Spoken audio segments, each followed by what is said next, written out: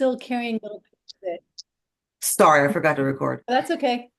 Yeah, so I'm still finding I'm carrying little bits of it even today. Um, definitely some things that stayed with me the most was, of course, that powerful relationship between Ellie and Homa. Um, what a reminder that, we all have friends from our childhood. Maybe we're not still connected, but they are part of our foundation. And it's just they'll always be woven into the fabric of your life. And one of my favorite pieces of the book, and I don't know if anyone else picked up on it because it was just a little teeny bit towards the end, and it had to do with fabric and woven fabric. Um, and it was the reference to the Persian women as the weavers of the rugs found all over the world. And that was subtle, but to me, it was such a beautiful metaphor for this whole book because, it just talked about their strengths and how their stories have like really been threaded through every corner of the globe. And so with that, I really want to, turn it over to you and ask you, Sharon's first question is, what inspired you to write the book and all these beautiful little bits and pieces that I'm sure all of us are still hanging on to. Well, thank you so much. Thank you, Christine, for saying that and for having me. And thank you to Sharon. I'm so sorry that this sinus infection has just gone on. And thank you to Carol for connecting all of us. Well, thanks, So Carol. yes, you know what you said is really related to what made me write the book. You mentioned how these childhood friends that we make remain woven in the fabric of our lives, and their influence on our lives lasts even if the friendship itself doesn't. And so, how I came to write this book was actually in large part because of my own childhood friend. So, I had started to write an entirely different book about these suburban mothers with their kids going off to college. And I was over 100 pages into that book. But during lockdown, during the pandemic, I was looking at Instagram and I found a friend of mine who used to be my best friend in fourth grade in Iran. And I realized that now she works for a human rights organization. And, I'm an author writing stories. Our lives have taken very different paths, but I just kept thinking how once upon a time we shared everything. And how could that be that once upon a time you shared all your days with this person? I knew her mother. She knew my mother. I'd go to her house. She'd come to my house. We would share our dreams. We would do our homework together. And so I just could feel again our friendship. And I knew I wanted to write the story of a broken friendship. I knew that was really what was in my heart. So I put away those suburban moms with their college application woes, and I focused on Ellie and Homa. And you know that Homa is a very unique being in that she's that rare person who, in my opinion, doesn't have a phony bone in her body. And she's just so authentic and so idealistic, perhaps to a fault. And Ellie, well, Ellie, her worst trait, which she becomes aware of at a young age, is her jealousy. And she admires Homa, but is also very jealous. And what I really wanted to do was I wanted to tell this story with the backdrop, the historical backdrop being the women's rights movement in Iran. Because when we talk about tragic situations, that is one tragic situation. A woman in Iran today who is above the age of 60 grew up with all these rights that her daughters and granddaughters can't have. And that's a bitter pill to swallow if you think about the fact that, somebody like my mother grew up wearing her mini skirts to these parties, and that is now inconceivable. Just that's a very surface level thing. I don't mean to focus just on the dress code, but divorce rights, child custody rights, the marriage age, reproductive rights, all these rights were just turned back. And so I made Ellie and Homa born in 1943, which is when my mom was born, so that I could show how in the 40s, 50s, 60s, 70s, all these rights expanded for women of that generation. And then they were taken away. Yeah. I was wondering about that because I realized that, you're my age and that you would not have been Ellie or Homa, but are you Bahar? Has any bit of Bahar, are you any influence in Bahar? I love that question. Honestly, no one's asked me if I'm Bahar up until now, and I'm shocked that they haven't. Because that makes much more sense, doesn't it? So I'm not really her, except for the prom dress. Um, Bahar is graduating high school, I suppose, in 1982, isn't she? And I graduated in 1989. But when I described her prom dress, boy, was that fun to research and remember the gunny sacks, that kind of ruffly, tough, I can't even pronounce it. Taffeta? Taffeta. Taffeta. Taffeta? Taffeta. Yeah, yeah. And I wouldn't say I'm Bahar entirely, but there's a part of me in her. There's a part of me in all the characters, and that took me a really long time to realize. Um, that, usually when authors are making up these characters, sometimes, often, most of the time, there's a part of them in each and every one. Do you have a favorite character or any of the, I mean, it doesn't even have to be one of the three mains that we're talking about. Homa is one of my faves because she originally didn't have her point of view in the story. And as I was writing the first draft, I was writing it entirely from Ellie's point of view. And most of the tale is told from Ellie's point of view, but towards the end of that draft, I kept thinking something's missing, something's missing. And sometimes it's the most obvious thing. And then I went on a walk and I had to admit to myself that which I was avoiding, which is including Homa's POV. I didn't want to include it because I was so worried that they would sound too alike because they're the same age, same time, and same circumstances. But then once I started to write Homa's voice, boy, did she take over. So I have a soft spot in my heart for Homa. Um, I know when Sharon writes, there'll be a character that, is sort of going to be just a sub. That's what I call it, just someone on the bench.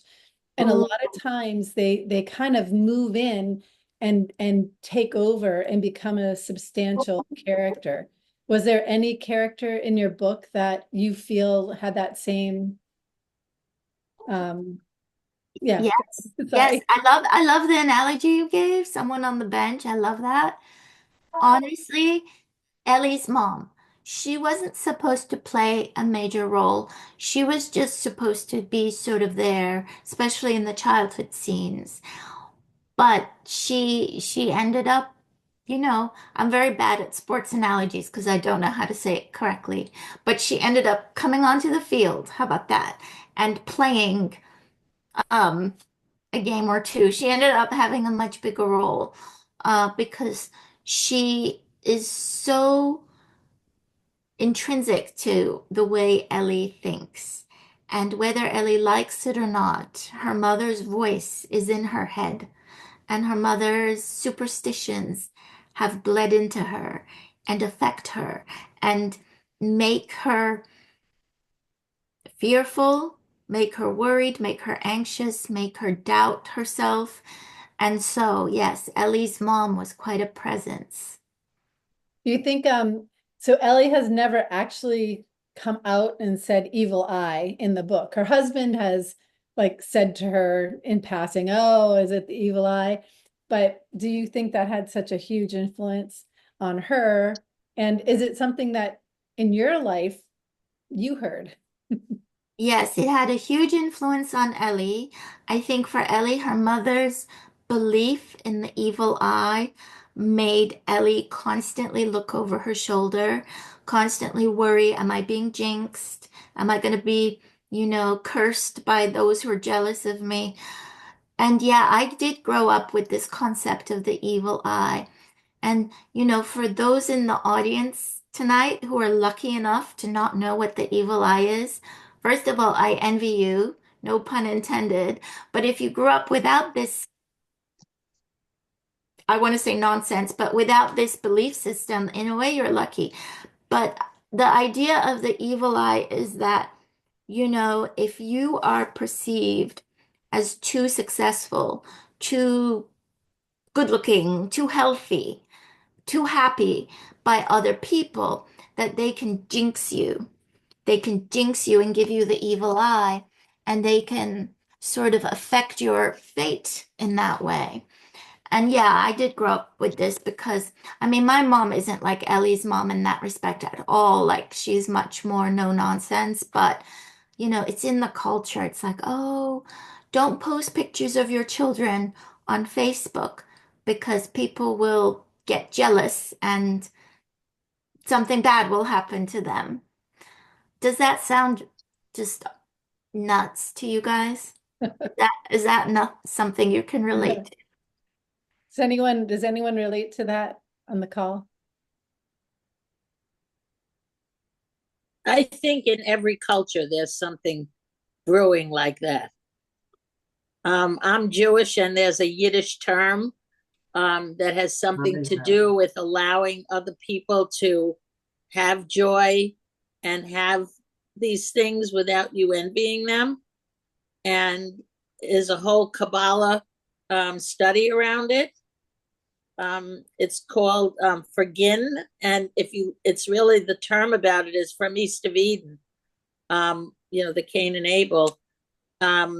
So really, I think that there's a little bit of that in any culture.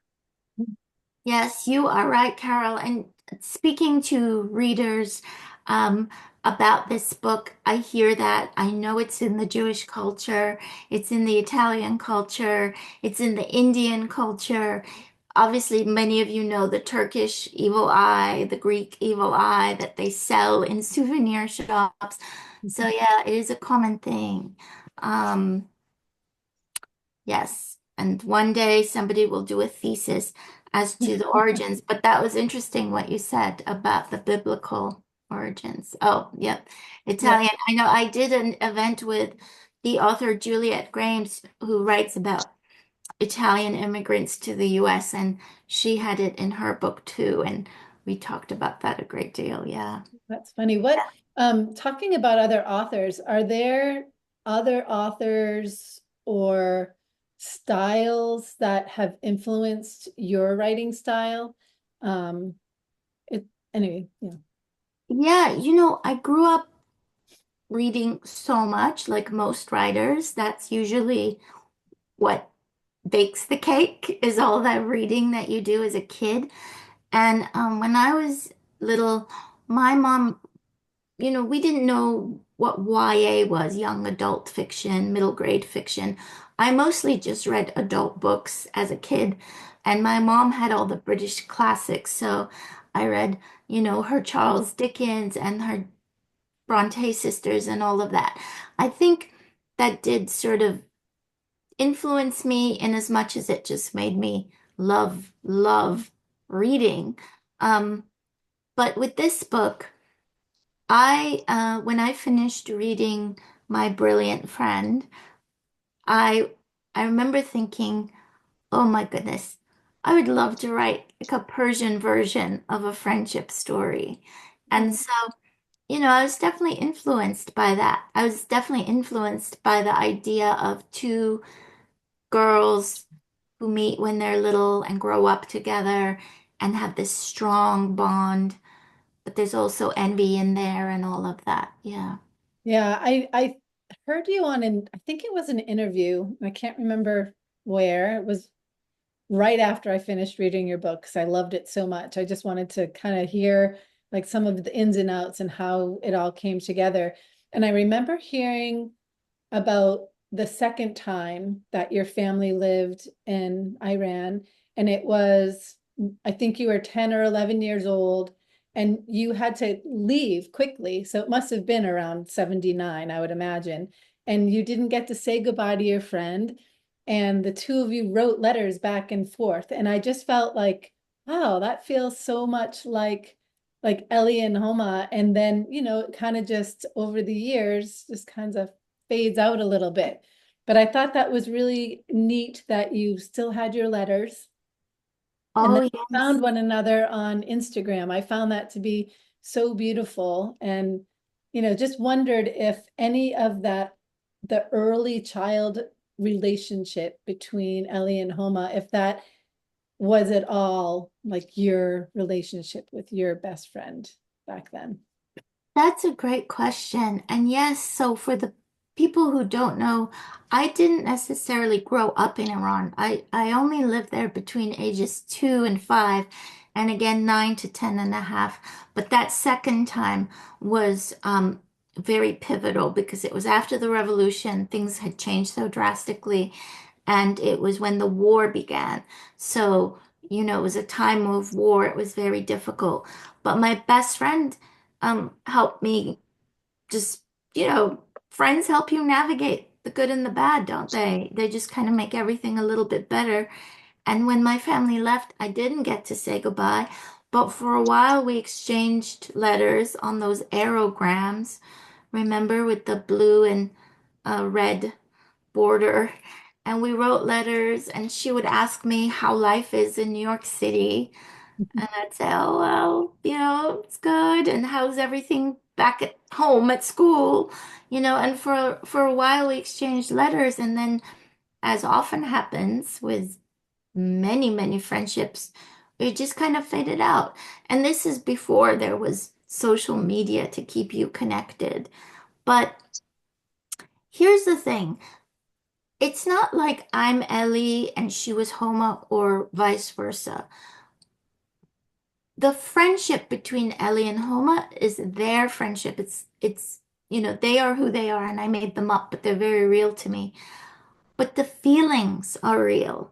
So whenever I write these books, sometimes people say, well, how could you write about these two girls who were friends in 1950s Tehran? I mean, you weren't even born.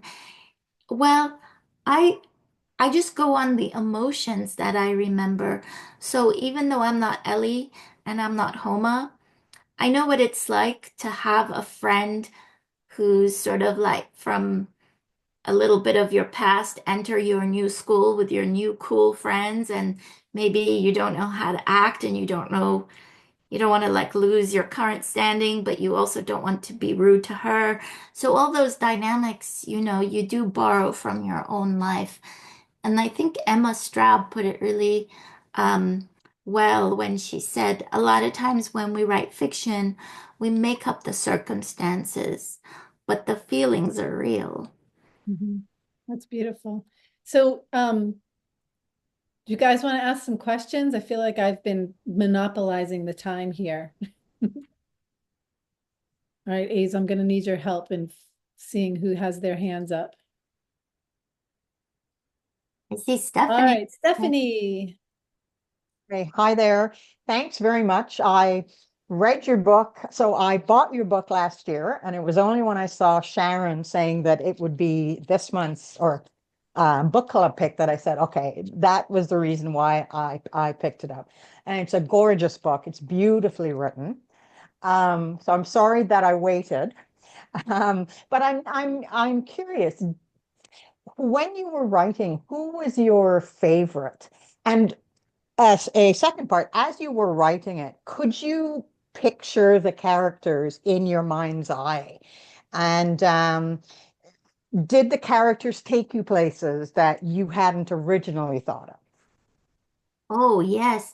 So as far as the first part of your question, my favorite, I honestly didn't have one. I I feel Ellie in my heart and I feel Homa in my heart. And sometimes people ask me, are you Ellie or are you Homa? And I think I'm a bit of both. I think most women are a bit of both. It's like, I'm a little bit country, I'm a little bit rock and roll. Like we both have that Homa bravery inside us, and we all, I should say, and we have that Ellie kind of doesn't want to rock the boat, wants to be liked, and all of that. So, the second part of your question, I believe, was did I go, or was that the third part? Did I go places that I didn't expect? Oh, the second part was did I envision these situations in detail? Yes, I did. I could really see it. I could feel it, even though, again, I'm writing about a country in which I did not live for very long. And I'm also writing about a time period when I wasn't born, but that's what historical fiction writers do. But I could imagine it. I could really imagine it. I could see it for two reasons. One, I like to say, well, maybe it's my imagination. But two, I spoke so much to my parents. I spoke so much to them. And they were there, you see. And so I had access to this incredible source of information, um, especially for my second book, The Stationery Shop. I know some of you have read that. And I would ask my father, like, what kind of pastries were served in these cafes? What shoes did you wear? Which films were playing at Cinema Metropole? So I had access to those details. And as far as did it take me places I didn't expect? Oh, yes, because I don't really plot ahead of time. And so it's not like I have an outline when I start. And as I'm writing the first draft, I really discover the story. And so, boy, was I surprised on this journey, especially obviously in the first draft. And then later in revision, then it's all about outlining and being very meticulous. But yes, it took me places I did not expect to go. Mhm. Janine, you have a question? Hi, thank you so much. I really, really like the book. I started on Kindle and then I ended on audiobook. The audiobook showed up from my library. So I did a little bit of both and I really like that. A couple things. I graduated from high school in 1978. So I remember when this happened. I'm probably older than a lot of people on the call. And it was really interesting to read it and listen to it because kind of took me back there. The gunny sack dress helped, right? Thank you for that. But I really, really like this book. One of the whenever Sharon does a book group, she'll have like a book group club, handout, if you want to say it like that, that comes in an email. And one of the questions on this for today was, how'd you like the ending? And I just want to say that I did like the ending in the sense that I had to go back there and fight. Like that's who she is. Like I can't imagine her being in New York and just standing in the living room watching this on CNN or anything like that, right? So it really did work for me. And her daughter understood that, and her friend and and her friend's husband understood that. So the ending really worked for me, and I wasn't expecting that. I mean, I am sorry that she goes back to prison for 4 years, but then she stays and she's going to fight the fight to the end. There she is with her gray hair, the 22 seconds, they roll back the film. I'm like, right on. I'm really glad that you're back there because they need you. But anyway, I just want to tell you how much I love the book, and I love to hear what other people think about the ending. But I love the ending, and thanks for writing the book. Thanks a lot. Thank you so much. Thank you. The ending, sometimes people do say to me, how could she go back? How could she leave her daughter? How could she? But if you think of Homa, I don't say I agree. I don't know if I would have done that. Clearly, I wouldn't have. I'm sitting in the United States of America. I'm not in Iran. But she's the kind of person who I think you're right, Janine. She would go back. She would fight to the end. And there are women like that in Iran. I also wanted to show that. They're there right now, today. And they're the reason things aren't worse. You Yeah, see, they're the reason Iran isn't like Afghanistan right now. They're the reason they have a bit more freedom because they keep pushing back. They resist and fight all the time. that's great. Diane, you have a question. Diane is a fellow author. Oh, To ask you a question. Yep. Hi. My question is, how much did being part of the diaspora play into writing the book? Did you think it was like necessary or just really helpful? I'm curious about that. And I love the book. Thank you.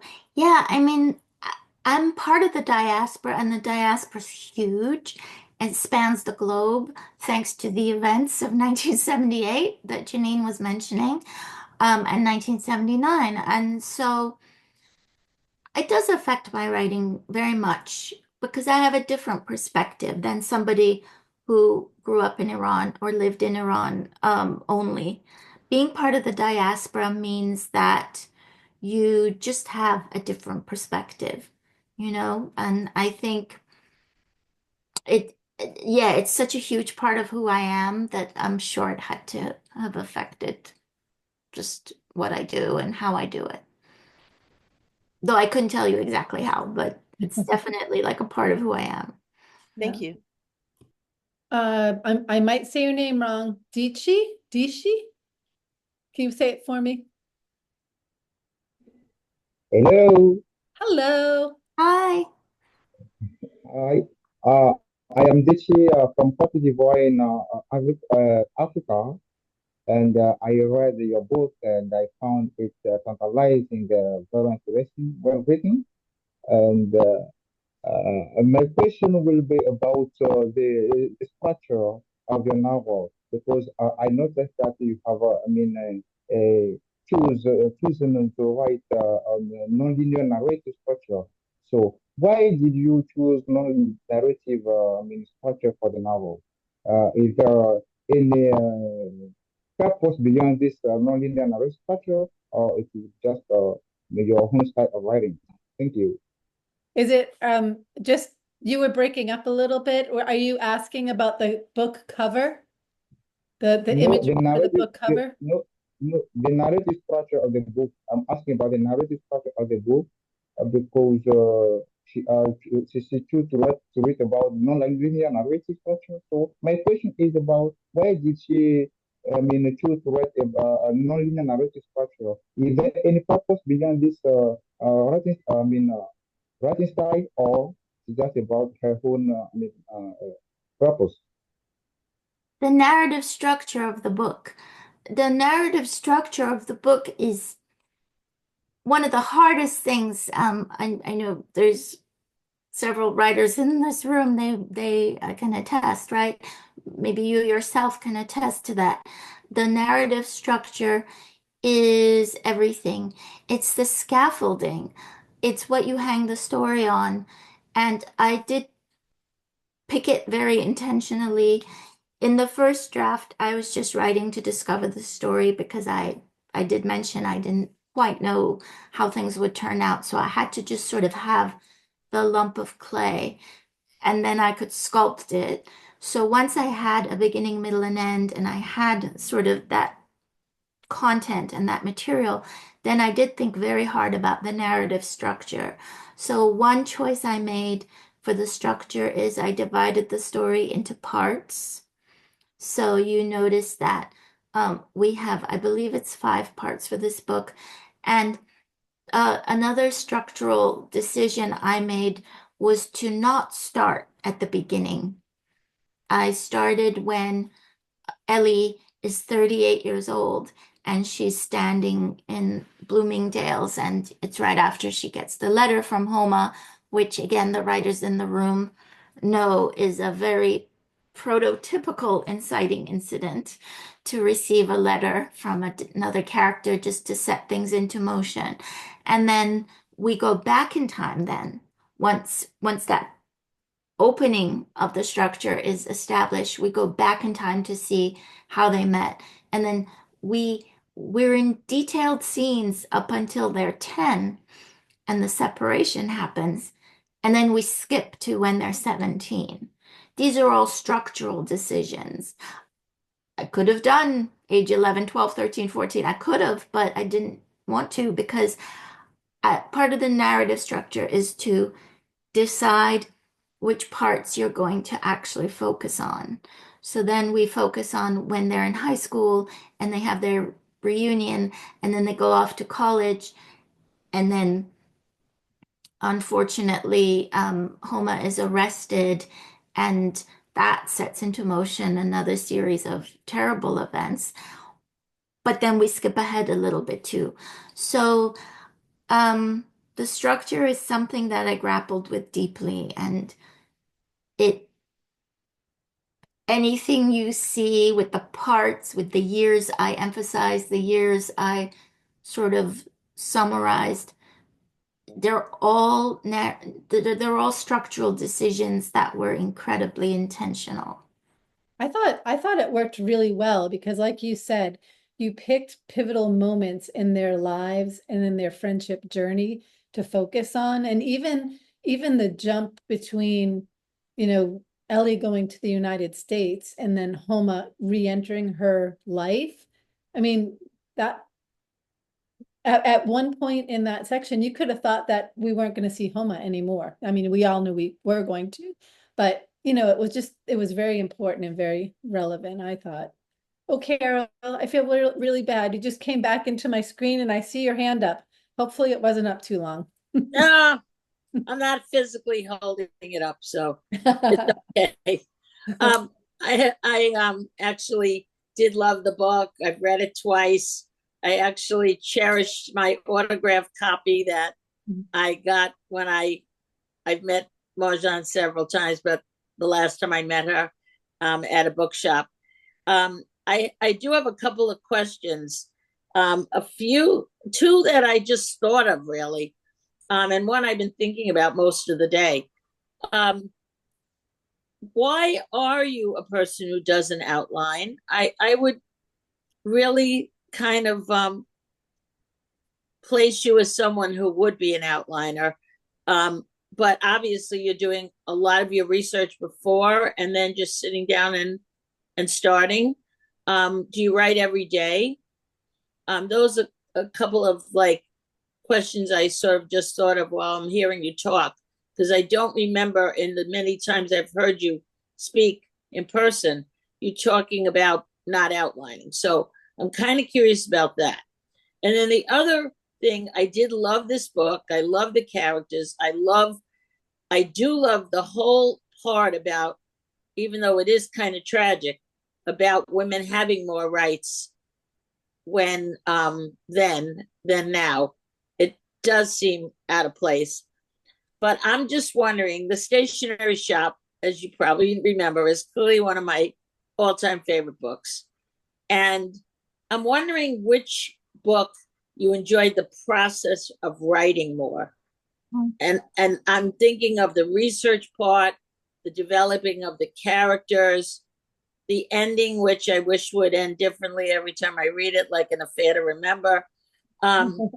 So those are just my couple of questions. Oh, thanks, Carol. It's so good to see you again. I'm so complimented that you think I look like an outliner because I'm absolutely not. So I wish I was though. So that I'm like honored that you think I would outline. The first draft, I just don't outline because I like the sense of discovery.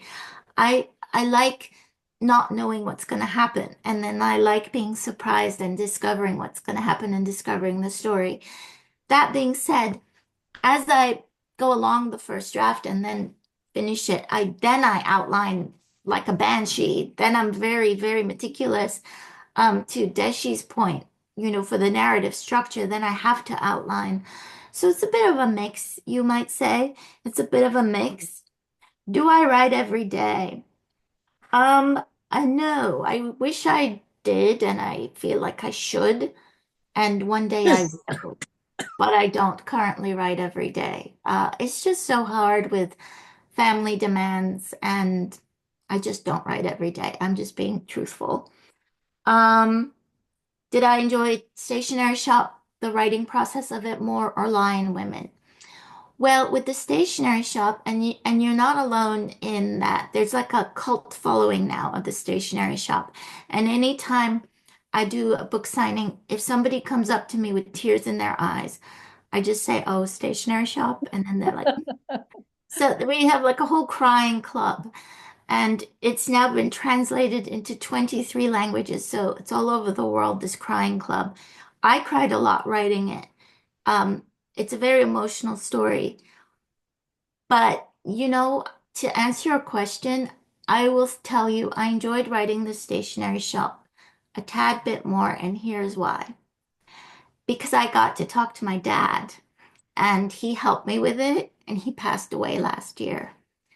So that's the reason. That's the only reason that I enjoyed writing it more, because I really got to sit down with him and he drew me maps, and he was so helpful and he was so giving, and he didn't need to be, but that book will always be a part of him too. I made up the story, it's not his story, but he just helped me with so many of the details, the cultural and Hmm. time period details. So that's why that will always be special to me.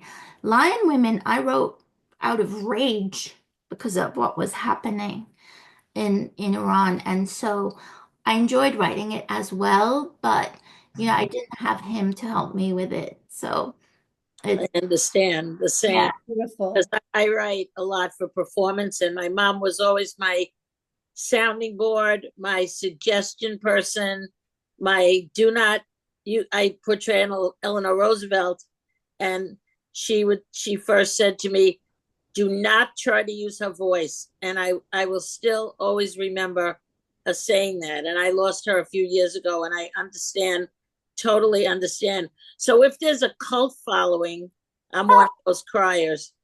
Um, are we having a movie, or are we having a mini series about from this book ever?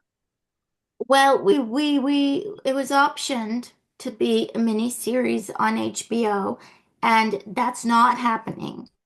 Um, some of you might know many books get optioned and many end up in development hell.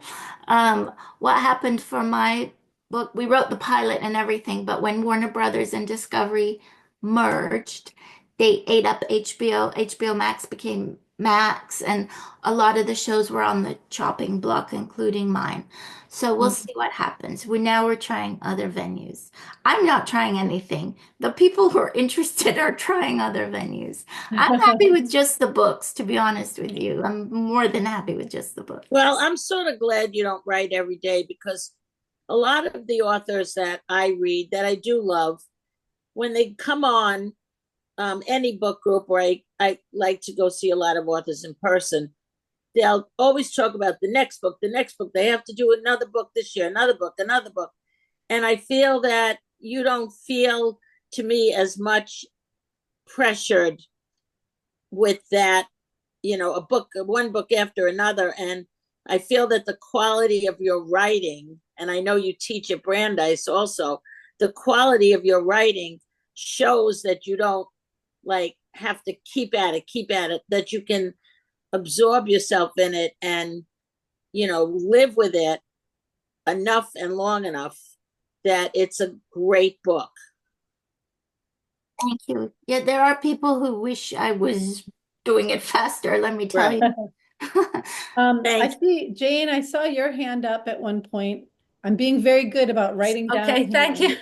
Thank you so much. So I love the book. I mean, I listened to it and I read it and then I re-listened to it again because someone mentioned at the beginning that they carry, um, uh, Christine, that you carry little bits with you, each day. And I think of different parts each day. But one of the things that I liked, and we mentioned weaving, you were able to weave food into this book.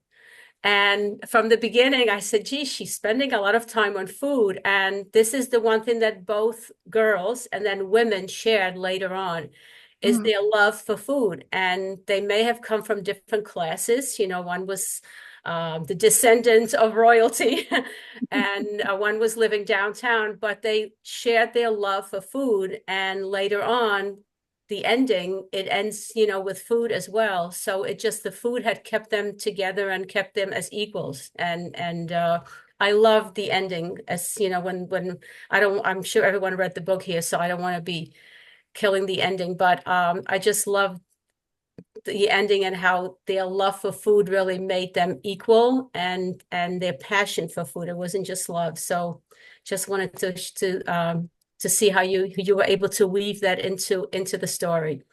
Jane, you're gonna hate this, but another interview I saw with Marjan said with the first run of the book, they were giving away cookbooks. Yes, we made this little pamphlet like a oh, it's gorgeous. I know. And You now should sell those. I know, but the PDF is on my website if you want to download the 4 recipes. Um, yeah, the food links Homa and Ellie, doesn't it? Like they learn how to cook together. They both Yeah. love it. I love what you said. It's an equalizer. Mhm. And you know, Persian food, Persian cuisine, maybe this is also important for me to say, is that the paupers and the princes eat the same dishes. Do you know what I'm saying? Yeah. It's like the food is the food. There are Right. these dishes, and everybody eats those dishes. It's not like, I mean, I guess there's caviar, that's a different thing, but it's not like the poor people eat a yucky thing and then no, everybody has those dishes. So I thought, and I love food and I love to cook, and so And I loved how it ended where Ellie was able to, in a way, fight her own fight by bringing Iranian food, to the United States, and how she didn't forget about her country, and so that was a nice ending too. And one last thing is that I left the former communist Czechoslovakia when I was 12 years old, and I left my best friend behind. So throughout Aw. the so throughout, and our lives changed quite a bit, but she's always in my head and I'm in her head. So I felt that a real connection in the book throughout. Different world, but one was communism, and it wasn't, life in Czechoslovakia wasn't as awful, but I also escaped. My family escaped and she stayed behind, and we couldn't really say goodbye, proper goodbye. We kind of left without anyone knowing about it. So I really felt for these two women and for how their life went. So that I shared that with me throughout reading the book. that's so very, sweet. very meaningful. Thank you for sharing that. Mackenzie, I saw your hand up too. Hi. So first, I love the book. I crushed it in a couple of days, which is always a good sign when the book wins over every attempt at my attention. Children, dogs, doesn't matter. When the book wins, it's really a good sign that I just loved the book. And I love historical fiction. And one of my favorite parts of historical fiction is that pull to Google, right? When you see something and you go, okay, I want to know more about that, more about the factual elements. And then I got to the end of the book and there was no author's note that sort of had a layout of the factual things. And I was just wondering, is that something you did intentionally not have, or did it ever have the appeal to do that? And if so, why not, etc. Well, it's so interesting what you said about Google. I mean, there is an author's note, but it's more sort of overall. It's not discussing the particular historical events per se, but in the author's note, I was really careful to say that I'm not a scholar, I'm a storyteller. That being said, all the historical events that are mentioned in the Lion Women of Tehran, every single one is real. I can't make up a historical event, even though it's fiction. And everything was fact checked, down to street names. All the historical, political stuff, down to street names, was fact checked. But Google, you see, things have changed so much. When I was writing my first book, which came out in 2013, but I was writing it a long time before that. Carol mentioned how I take my time. Um, I felt almost like I had to explain everything more because I felt like this is my one opportunity to tell you about what happened historically, politically in this country. But that's not the case anymore because people do Google and people do look stuff up. So I didn't want to sort of take away from the story by giving too much of the history in a way. Like the history is the backdrop. But I do love it when people say, oh, I ended up Googling the 1979 revolution. I ended up Googling, what happened with women's rights in Iran. No one thought it could happen there at the time. And the scene with Homa and Bahar marching on Women's Day, March 1979, that's real in that those things happened. And you can, if you Google that, you'll see the pictures. You'll see the men who ended up forming a human chain around the women so that other men wouldn't attack them as they protested. And there's Art an was a very moving part of the story. Yes, and all of that was real. All of that happened. The quote that I end the chapter with, that's a real quote from the New York Times reporter. She says, all the eyes of the world are on the women of Iran, something like that. That's Because, awesome. Thank you. oh, you're welcome. You're wel- Stephanie, you've been so patient with me. I know you have another question. Oh, you're on mute. No worries whatsoever. So just a second question, and I don't know if everyone has read the book because my question is about the ending.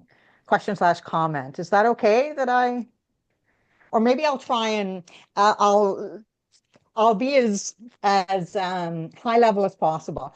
I was expecting a very different ending. Um, it just seemed like, okay, good. It just seemed like it would, because this was such a horrible time, the way, people were being murdered, um, and tortured. I expected that Homa would meet with an unhappy ending. Not that her ending was happy, but it was happy in her terms, because she was happy or satisfied or content that she was doing what she was being guided by her principles and what she really believed in. But I'm just curious, did you ever think, was another ending planned? Because as I was reading it, I was saying, okay, it's building up to this. And so when I came to that last chapter, I said, oh, I was completely wrong. So I'm just wondering, was that a conscious choice that you give you to show hope? Um, so I was very curious about that. It was a good ending, but it was unexpected for me. Interesting. So you thought she would die? Correct. Yes. Yes. I considered that. I really did. And it wouldn't have been, unrealistic. I just wanted her to live though, and especially to continue fighting. And what happened in 2022 with the Women Life Freedom Movement, those videos of the protests kept coming out, and on Twitter and Facebook and Instagram, everything, you kept seeing the videos. And the video I mentioned that Christine also mentioned with, or I think actually it was Janine with the gray-haired woman that you see her with her fist in the air. That's a real video. So I described the true video, but you don't see the woman's face. You just see the back of her head. And she's an old woman, and she's just with these young women and men marching, and exactly the way I describe it in the book. And when I saw that, I thought, what if that was Homa? What if that was Homa? Because we don't know who that woman is. So yeah, I think I briefly may have considered a different situation for Homa, but I almost always thought she would live. Sorry for the But she's spoiler. a survivor. Yeah, and a fighter. And a And fighter. she is my mother's age and of my mother's generation. I mean, they truly are lion women. They truly are lion women.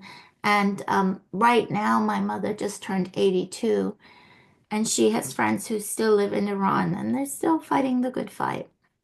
That I mean, I know we always say we're gonna end our meeting at exactly 8 o'clock, not keep you any longer, but could you just explain for everybody what Lion Women represents and is in your culture? Yeah, so it's a phrase.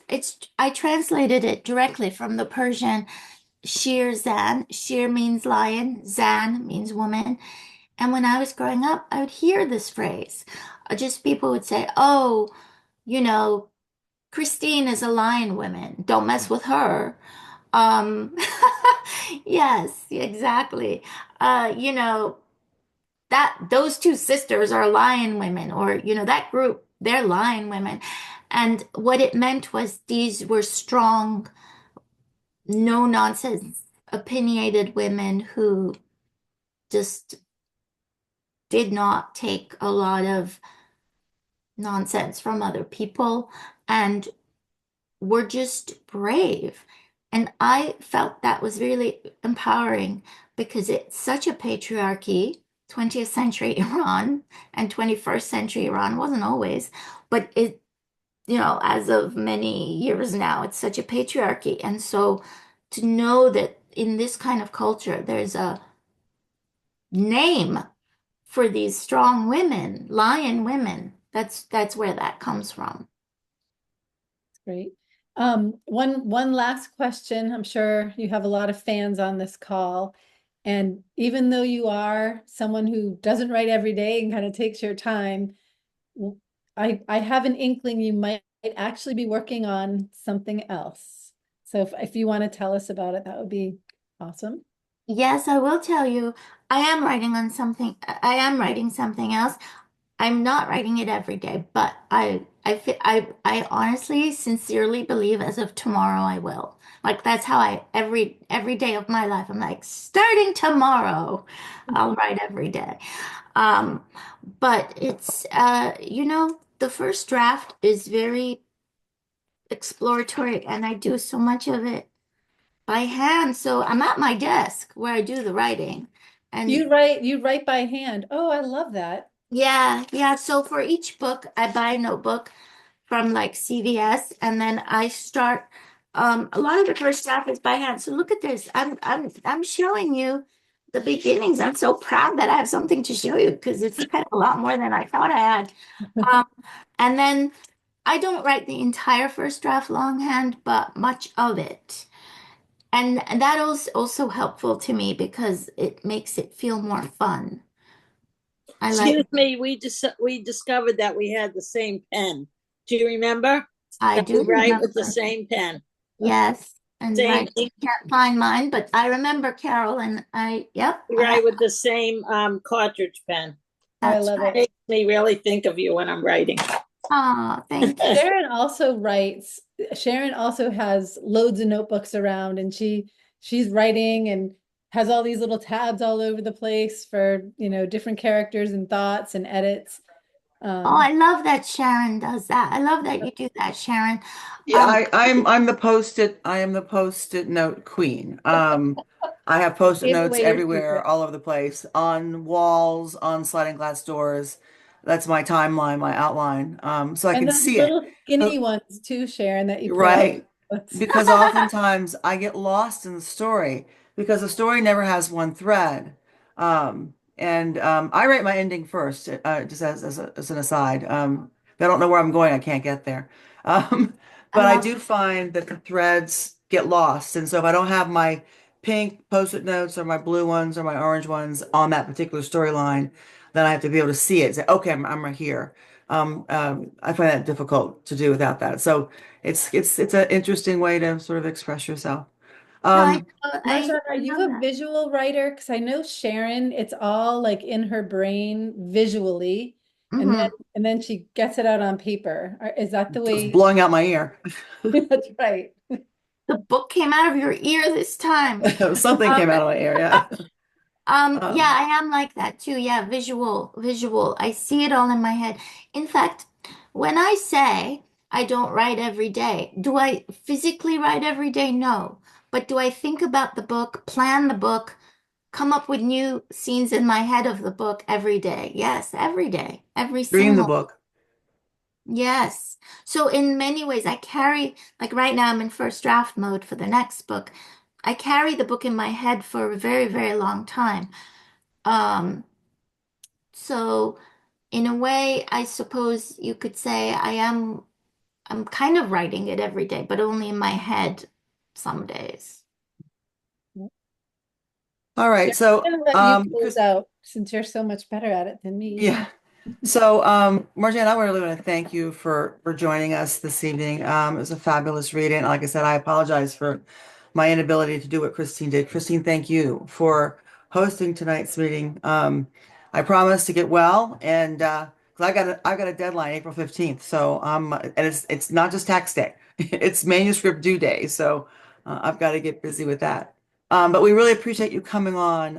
It was a fabulous read. Everybody give Marjan an applause, if you will. Thank Um, you. you're Thank you. welcome. I'm going to stop recording if I can figure out where that button is. Let's see. Stop.